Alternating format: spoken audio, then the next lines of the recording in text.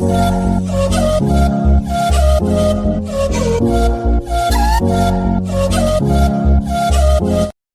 Guys, welcome back to my channel.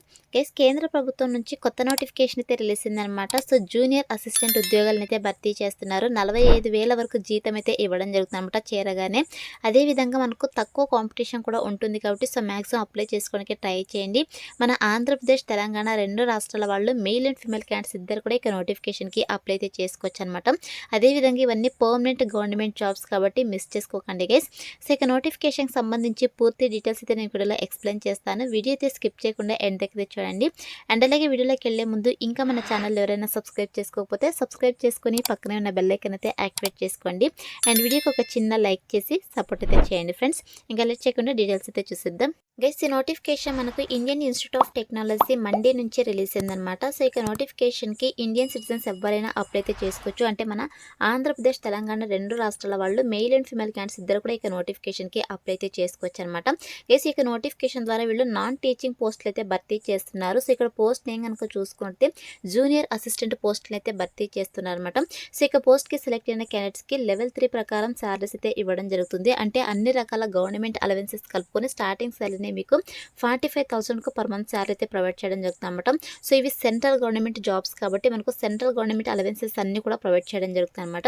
Guys, ఇక post వచ్చేసి మనకు టోటల్గా 22 వేకెన్సీస్ అయితే ఉన్నాయన్నమాట. సో అన్ని కేటగిరీ వాళ్ళకి రిజర్వేషన్ అయితే చేయబడింది.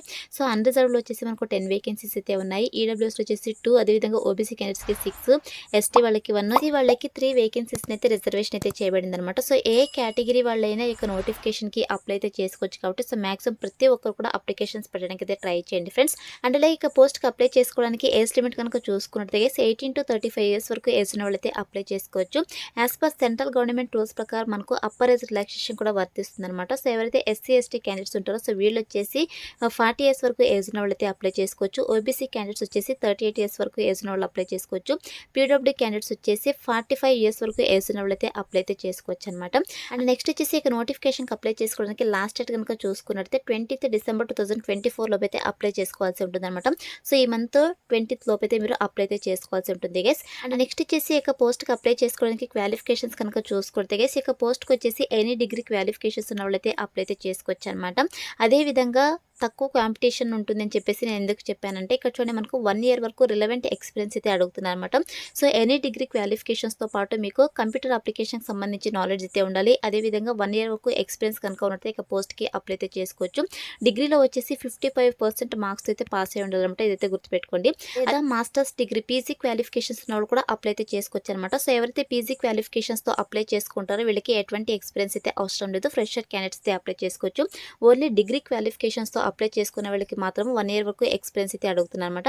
గైస్, మీకు ఏ సెక్టర్స్లో వర్క్ ఎక్స్పీరియన్స్ ఉన్నా కూడా ఇక పోస్ట్కి అప్లై అయితే చేసుకోవచ్చు. పర్టికులర్గా ఈ సెక్టర్స్లో ఉండాలని చెప్పేసి మెన్షన్ చేయలేదు కాబట్టి మీకు ప్రైవేట్ సెక్టర్స్లో ఎక్స్పీరియన్స్ ఉన్నా లేదా గవర్నమెంట్ సెక్టర్స్లో ఎక్స్పీరియన్స్ ఉన్నా కూడా ఇక పోస్ట్కి అప్లై అయితే చేసుకోవచ్చు అనమాట. గైస్, పీజీలో కూడా మీకు మినిమం 55% మార్క్స్ అయితే పాస్ అయి ఉండాలన్నమాట. అదేవిధంగా మనకి ఇక్కడ డిజరబుల్ క్వాలిఫికేషన్స్ అయితే అవసరం లేదు. ఎసెన్షియల్ క్వాలిఫికేషన్స్ కనుక ఉన్నట్టు మీరు ఇక పోస్ట్కి అప్లై అయితే చేసుకోవచ్చు గైస్. అండ్ నెక్స్ట్ వచ్చేసి మనకు జాబ్ పోస్టింగ్ వచ్చేసి సో మండి, హిమాచల్ ప్రదేశ్లో అయితే ఇవ్వడం జరుగుతుంట. తర్వాత మనకు ట్రాన్స్ఫర్స్ అయితే ఉంటాయి కాబట్టి సో మన సొంత రాష్ట్రాలకైతే ట్రాన్స్ఫర్స్ పెట్టుకోవచ్చు కాబట్టి మ్యాక్సిమం అప్లై చేసుకోవడానికి ట్రై చేయండి ఫ్రెండ్స్. అండ్ నెక్స్ట్ వచ్చేసి సెలక్షన్ ప్రాసెస్ కనుక చూసుకుంటే గైస్ మీకు ఎటువంటి ఇంటర్వ్యూస్ అయితే ఉండవు అనమాట. సో ఓన్లీ మీకు రిటర్న్ ఎగ్జామ్ అయితే కండక్ట్ చేయడం జరుగుతుంది. సో ఇక రిటర్న్ ఎగ్జామ్లో వచ్చినటువంటి మార్క్స్ ఆధారంగా మెరిట్ అయితే తీసేసి సో డాక్యుమెంట్ వెరిఫికేషన్ చేసేసి జాబ్ పోస్టింగ్ అయితే ఇవ్వడం జరుగుతుంది.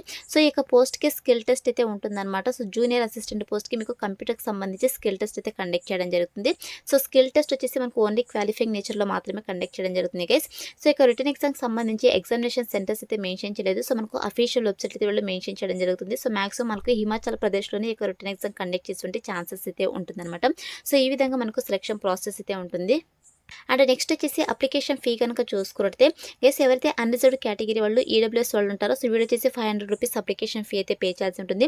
సో ఓబీసీ క్యాండిడేట్స్ వచ్చేసి 400 రూపీస్. అదేవిధంగా SC ST women candidates PWD ESM candidates వచ్చేసి 300 రూపీస్ అప్లికేషన్ ఫీ అయితే పే చేయాల్సి ఉంటుంది అనమాట. సో ఇక అప్లికేషన్ ఫీ వచ్చేసి మీరు ఆన్లైన్లోనే పే చేయాల్సి ఉంటుంది.